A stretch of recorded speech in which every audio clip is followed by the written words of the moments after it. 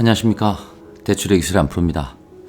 오늘은 2023년 1월 이후부터 세입자 보증금을 내줘야 되는 분들, 세입자 퇴거자금 또는 전세 보증금 반환 대출 이런 용어를 쓰긴 하는데, 어쨌든 세입자한테 전세 보증금을 돌려줘야 되는 분들을 위해서 대출 한도가 어떻게 되고, 한도가 부족하면 어떻게 대처하거나 보완하면 좋을지 말씀드려보도록 하겠습니다.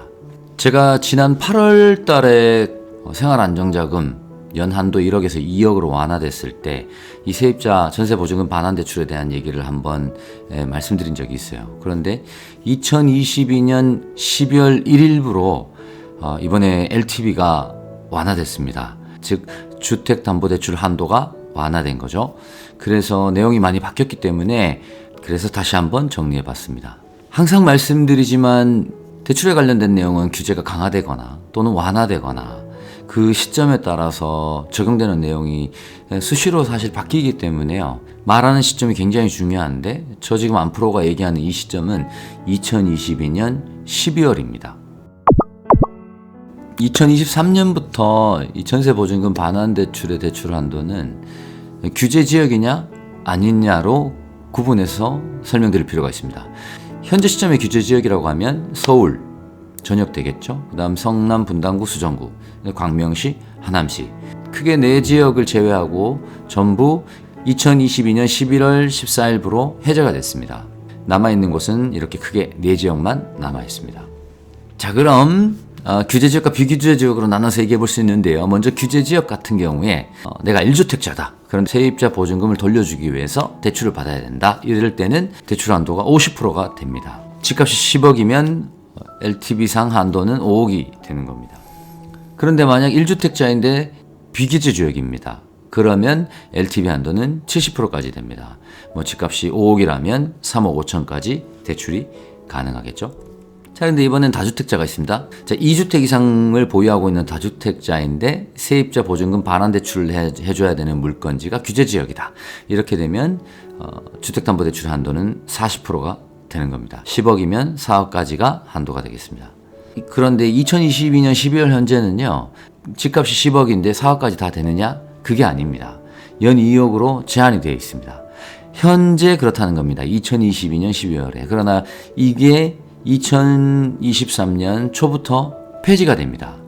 그런데 폐지가 되긴 되는데 앞전 발표 내용에 의하면 2023년 초라고 했기 때문에 이건 1월이 될 수도 있고 2월이 될 수도 있는 거거든요. 제가 봤을 때 아마 1월부터 시작하지 않을까 싶은데 이걸 시행하기 위해서 시행령을 개정한다든가 이런 과정이 필요하고, 이게 금융기관에 전달돼서 금융기관은 전산을 준비한다든가 이런 과정들이 또 필요하기 때문에 바로 1월 초부터 딱 시작될지는 조금 미지수고요. 어쨌든 금융기관별로 시작하는 시점은 이게 가능한 시점은 조금 차이가 있을 수 있습니다. 그 다음 비규제 지역의 다주택자는요, LTV가 60%입니다. 그래서 5억짜리 집이면 3억까지는 대출이 됩니다. 자, 그런데 기본적으로 이제 만약 세입자 보증금을 내주는 전세 퇴거자금 대출, 임차 보증금이 아니라 그냥 단순 생활 안정자금, 세입자를 내보내기 위한 대출이 아니라 그냥 내가 필요해서 내 집을 담보로 받는 이런 생활 안정자금 대출 같은 경우에는 그게 규제 지역이든 비규제 지역이든 1주택자든 다주택자든 연 2억으로 제한이 되어 있습니다. 조금 전에 설명드렸다시피 2023년 초부터 폐지되고 LTV 내에서 관리하게 되어 있습니다. 그러나 아까도 말씀드렸듯이 이걸 시작하는 것은 금융기관별로 시차가 있을 수 있다. 자, 그러면은 어떤 이유든 대출 한도가 부족할 때 어떻게 하면 좋을지 좀 설명을 드려볼게요. 먼저 LTV 한도가 부족할 때, 그러니까 LTV 규제, 집값 대비 50%니 40%니 이런 규제 때문에 대출 한도를 다 못 받을 경우를 말하는 거죠. 만약에 규제 지역 안에서 시세가 10억인 집이 있어요. LTV 한도가 다주택자라서 4억까지, LTV 40% 적용해서 4억까지밖에 안 됩니다. 그런데 돌려줘야 될 전세 반환 보증금은 6억입니다.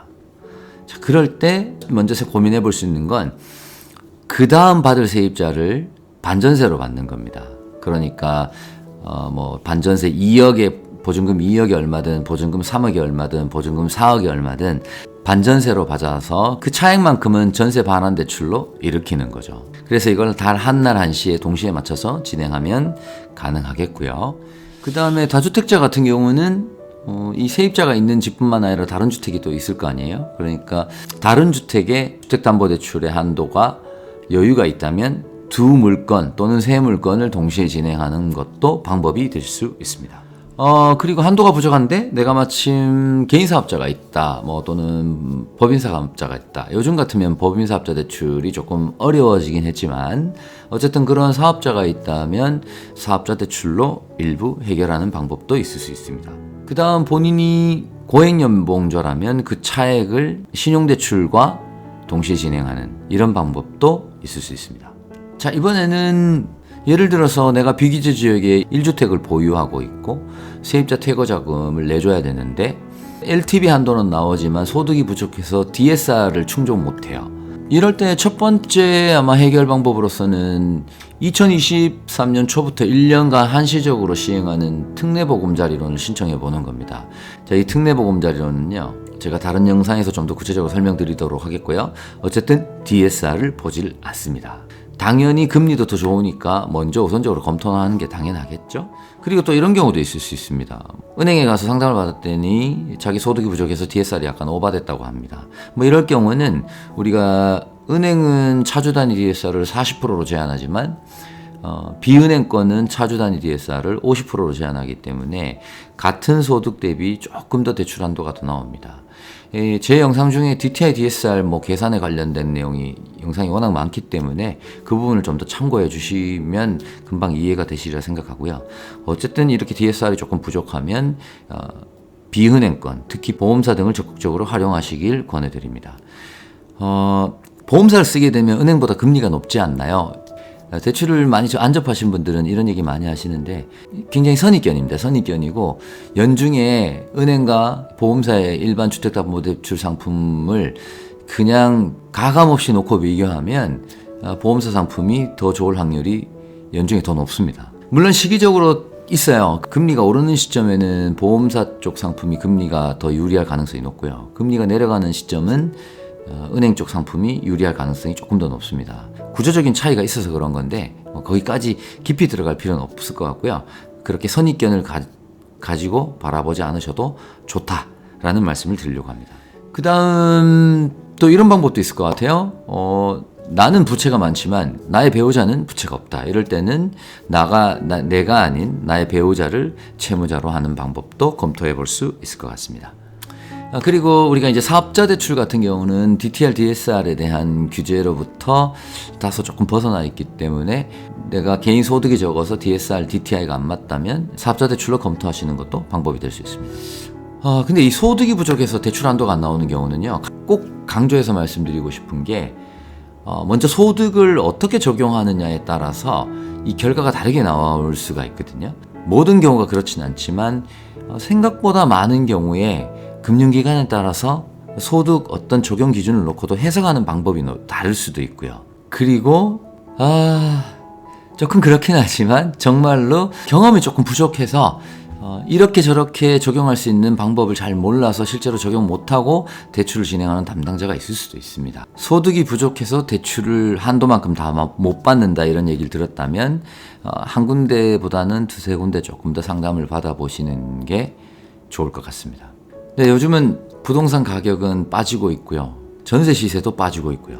대출 규제도 여전히 DSR 같은 게 가로막고 있기 때문에 임대인 입장에서는 제때 보증금을 돌려주기가 참 어려운 이런 상황이 됐고요. 임차인 또한 제때 보증금을 돌려받지 못하니까 여러 가지 공경에 처하는 이런 상황이 극심하게 연출되고 있는 것 같습니다.